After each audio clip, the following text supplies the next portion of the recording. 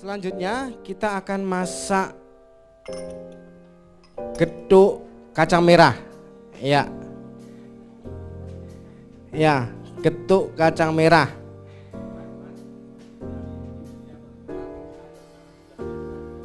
Yang untuk nasinya itu tetap sebagai karbo, Pak. Jadi itu kalau daging tadi itu cuma sebagai perasa. Jadi kalau ibaratnya kita bikin kayak nasi gurih dan lain sebagainya kan kita memerlukan bumbu dan lain sebagainya. Nah, tadi saya demokan di sini cukup memakai bahan-bahan yang istilahnya yang tidak mengandung perasa kimia gitu ya. Kita biasa normal seperti membuat getuk-getuk yang lain seperti ibu-ibu yang sudah pernah bikin, tapi kita kombinasi lagi. Di situ kita tambahin dengan kacang merah ya. Jadi kita siapkan di sini ada singkong kurang lebih 500 gram ya. Juga ada kacang merah, gula merah. Gula merahnya nanti kita membuat seperti ini, dibikin melted atau paling tak semacam kayak pasta ya.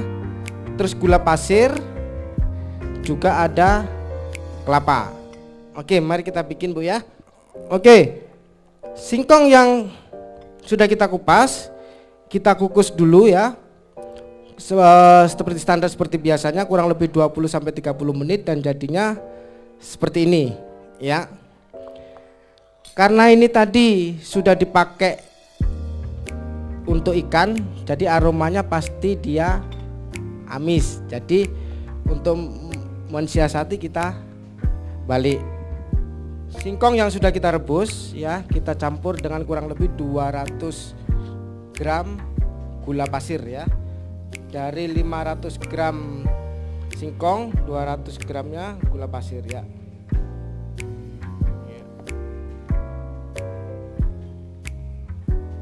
Dihaluskan menggunakan tangan ya?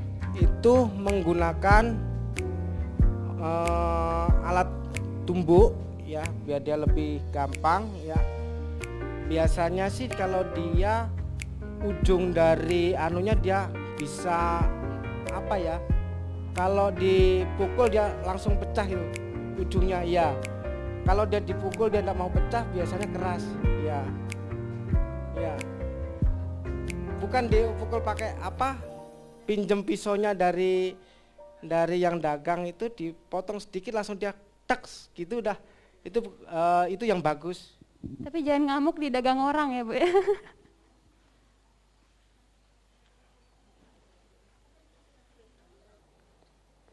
Ini kalau bisa jadi nanti misalkan ibu-ibu praktek di rumah, dia bener-bener lumer dulu untuk singkongnya, baru nanti dimasukin kacang merahnya. Jadi tekstur dari kacang merahnya dia tetap kelihatan. Jadi pembuatan getuknya udah gitu aja ya, Pak ya?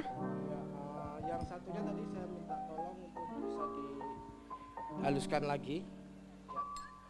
Ini yang kasar sebagai platingan biar tampilannya lebih menarik lagi. Ada namanya itu edible flower. Mungkin ibu bisa cek juga di boleh dicek di internet dan lain sebagainya. Apa sih edible flower itu? Edible flower itu adalah bunga yang bisa dikonsumsi. Ya, bunga yang bisa, dan itu sudah umum, sudah banyak. Ada yang namanya edible flower, juga ada yang namanya microgreen. Microgreen itu adalah tanaman yang baru tumbuh, masih bener-bener hijau. Misalkan contoh kayak ini, itu ada bibitnya yang kecil sekali, ada kemangi, tapi dia penanamannya dia rata dan dia tumbuh lebih dari 3 cm tidak boleh ya. Jadi ada macam-macam garnish untuk plating. Jadi ada edible flower, ada yang ibu sampaikan semacam tomat dan lain sebagainya gitu. Terima kasih, Bu. Mungkin ada lagi? Nggih. Bunga telong bisa, asalkan yang bisa untuk dikonsumsi. Ya. Ya, dan tidak merubah dari aroma makanan.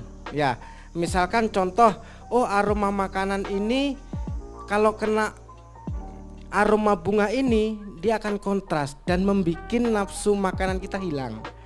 Ya, itu memang tidak dianjurkan. Ya. Ya, sama-sama. Salam buat Bu Rini nggih. Siap. Mungkin ada lagi Ibu-bu, nggih, silakan.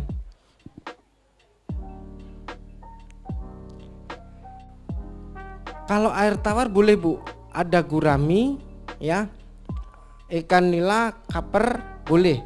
Tapi itu tadi, kalau ada ikan gurami paling tidak jangan sampai mengeluarkan banyak lendir. Itu akan merubah rasa. Ya. Jadi kalau bisa tetap direndam di dalam air, jadi begitu mau proses langsung. Tapi kalau untuk memakai ikan air tawar itu lebih banyak harusnya memakai jahe atau ditambahin dia cincangan bawang putih. Karena apa? Kalau ikan air tawar itu akan mengeluarkan aroma bau tanah. Kalau untuk di steam, kalau untuk digoreng mungkin dia agak berkurang ya, karena sudah teruap. Tapi kalau untuk di steam aroma bau tanahnya akan muncul. Baik, terima kasih Bu. Mungkin ada lagi, Ibu?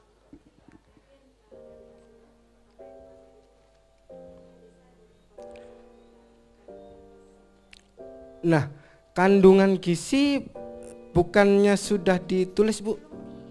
Belum di print? Oh, belum dibagiin? Belum. Jadi di dalam buku resep itu bahwa dengan sekian gram bahan makanan itu sudah ada nilai gizinya. Ya.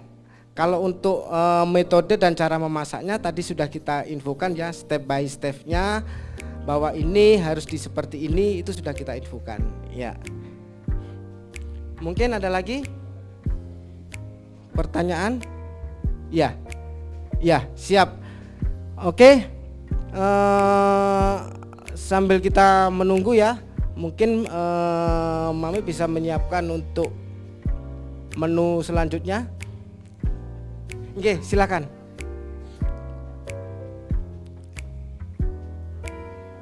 Enggak, kacang merah kita rendam dulu selama semalam. Oh, beras merah. Kita rendam dulu sebentar.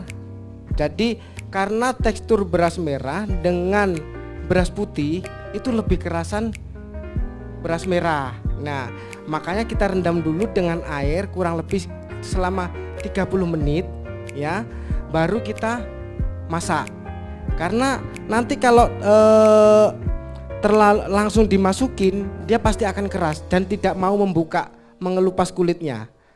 Ya, itu. Oke, mungkin ada lagi?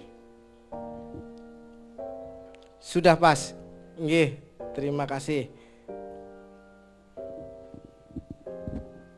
Sep, apakah semakin lama direndam berasnya semakin bagus atau cukup 30 menit saja? Jadi kalau semakin lama juga tidak bagus karena dia akan menjadi bubur nanti. Jadi kecuali kalau kita mau memang bubur beras merah, enggak apa-apa kita rendam cukup lama. Tapi kalau kita cuma bikin nasinya, ya kita waktunya cukup untuk sekian ya. Nah, aromanya keluar enggak Ibu? Kurang? Pakai masker? Ya.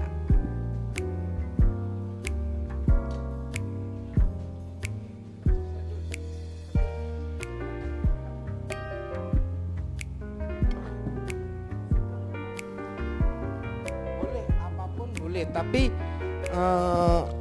yang sudah terdaftar di nilai gizinya itu kita membuat dari singkong, ya.